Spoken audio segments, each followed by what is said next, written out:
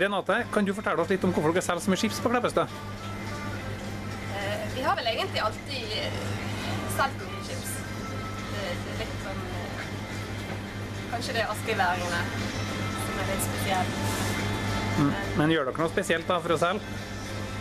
Vi tar det som en selvfølge liksom, at alle skal ha hvis de sier meny da. Så kjøper de medium-meny, så får de medium pommes frites. Og hvis de bare sier burger, så spør de om de vil ha meny. Men de fleste spiser hamburger med.